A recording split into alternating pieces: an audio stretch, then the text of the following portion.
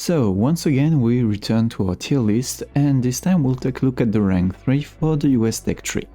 This rank has a lot of folded vehicles and tanks, which are very similar to each other, so I might not waste too much time on some of them, but we'll see.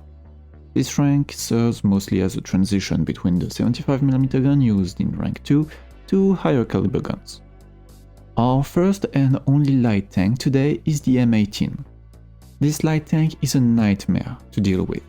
I love to play it, but I hate to fight it. At 6.0 you have the best mobility to go wherever you want early game before anyone else. Your opponents don't have many vehicles as fast as you to contest you, so for the mobility itself, this tank is an A tier. When it comes to firepower, it uses a 76mm gun, potent enough to one-shot most of its opponents as long as you flank them. The one thing you should fear, however, are any caliber of HE shells, for you are an open-top vehicle, and as a result, very vulnerable to overpressure. Moving on to medium tanks, and once again we have 3 Sherman models very similar to each other: the M4A1, A2 and A376W. The A1 and A2 are mandatory for you to research, and the A3 is optional, and to make it simple, all 3 use the same gun, are stabilized, have equally bad armor and enjoy the same good mobility. Those 3 Shermans must be played aggressively, by taking advantage of their mobility. The 76mm they use lets you snipe from time to time, but you'll start facing many tanks with high armor or which have very small weak spots, difficult to reach at long range. In general, those Shermans shine at close to medium range. I will put the M4A1 76W in A tier because the gun and mobility are pretty good for 5.0. The A2 76W will go in B, since it doesn't add that much. It's mostly if you prefer playing a stabilized tank at 5.3 or not. And the A3 76W model will go in C, because at 5.7, in a full up tier, you start to see the limitations of the 76mm against the very heavy targets like Tiger IIs or Yak Tigers.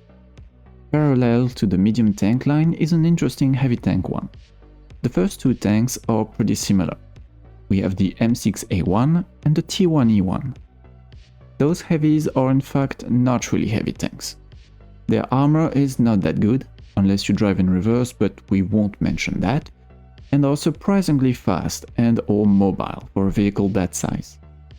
The only major difference between the M6A1 and T1E1 is that the T1E1 reverses as fast as it can move forward, while the M6A1 suffers from a poor reverse speed. For that reason, the M6A1 will go in B, while the T1E1 will go in A tier. If you want to play those 2, consider them like bigger Shermans, and try to play them the same way you'd play a regular Sherman. Abuse your mobility and don't rely on your armor. The last thing to mention about those 2 is that on top of using a 76mm main gun, they have access to a second 37mm cannon. Although this second cannon is no longer capable of killing tanks at this BR, it can be used to destroy key components on your enemies like tracks or barrels, which is always handy.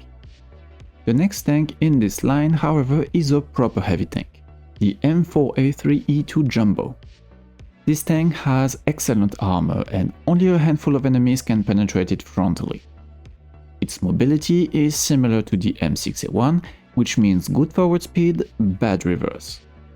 The major problem of this tank is that at 5.7 it still uses the 75mm gun, so as you can expect, it lacks a bit of firepower. The Jumbo is a brawler. You need to get up close and personal with your targets. You also need to know the weak spots of all your enemies by heart, otherwise you might end up in trouble really quickly. Thankfully, since you are still using the 75mm, you benefit from having a short reload time, allowing you to change shots pretty quickly should you miss the first one. When it comes to ranking this tank, I'll probably put it in B, but only because of its armor. Just make sure to always cover your whole machine gun port and you'll be fine. The next heavy tank is a variation of the T1E1, the T1E190. As the name suggests, the only difference is that this version trades the 76mm for a 90mm. Note that the 90mm gun is not stabilized, however. I'll put this tank in A tier because the 90mm is a very strong gun for rank 3 and the T1E1 has good mobility overall, so losing the stabilizer is not that much of a big deal. This tank is a good introduction for later US vehicles at rank 4, which will also use the 90mm. We now arrive at the SPA line, and with those, we return to 4.0. You'll also notice that for the entirety of rank 3, only those two are available to you. The M19A1 and M42 are very similar. They are both using a 40mm autocannon, which is great against tanks and planes. At 4.0, those two SPAs can take on tanks frontally and neutralize them or even kill them quite easily. However, that effectiveness drops substantially if you keep using them after, let's say, 5.0. If you plan to take on tanks after that point, you'll need to flank. When it comes to fighting planes, they pack enough of a punch to eliminate planes with ease, but the lower rate of fire compared to the previous SPAs might require a bit of an adjustment time. Thankfully, remember that the rank 2 SPA, the T77E1, is also at 4.0, so you can keep this one for plane hunting and have fun against tanks with the M19A1 and M42. If you have the will to unlock both, I'd say you can only keep the M42 because it's faster than the M19A1. I will rank them only for their effectiveness in a 4.0 lineup, so the M19A1 will go in B, while the M42 will go in A. If you decide to use them in a higher BR lineup, well, just remember to flank. Finally, we reach the tank destroyer line. Our first tank is the M44, which I will skip since we already covered it in the German tier list. It will sit at the same tier, which was A. However, we had a new addition lately with the M55, which got folded with the M44. In my opinion, the M55 is a worse M44. It has a worse reload time, has slightly better survivability and better firepower. The thing is, you don't really need better firepower at 4.0, since the M44 can already one-shot anything from this BR up to at least 6.0. As a result, I will put the M55 in C tier. It's fun to use here and there, but that's it.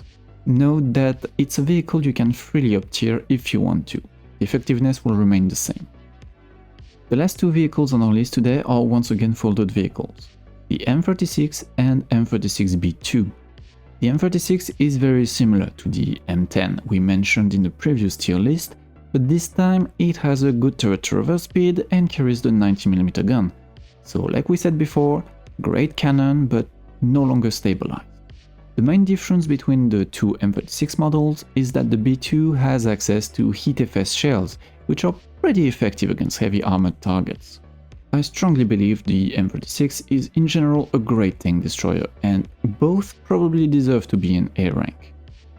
They are pretty much a Sherman with more punch, and they can actually snipe as well. Remember that they are open top, however, so be mindful of HE shells and planes. Overall, rank 3 for the US offers you two options. Do you like your tank stabilized or not? Do you need higher firepower or not?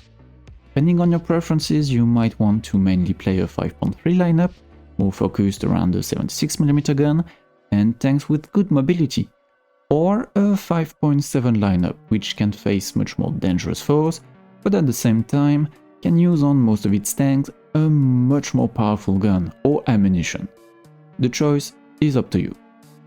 As always, I hope this list was helpful to you, and with that said, I'll see you in the next one.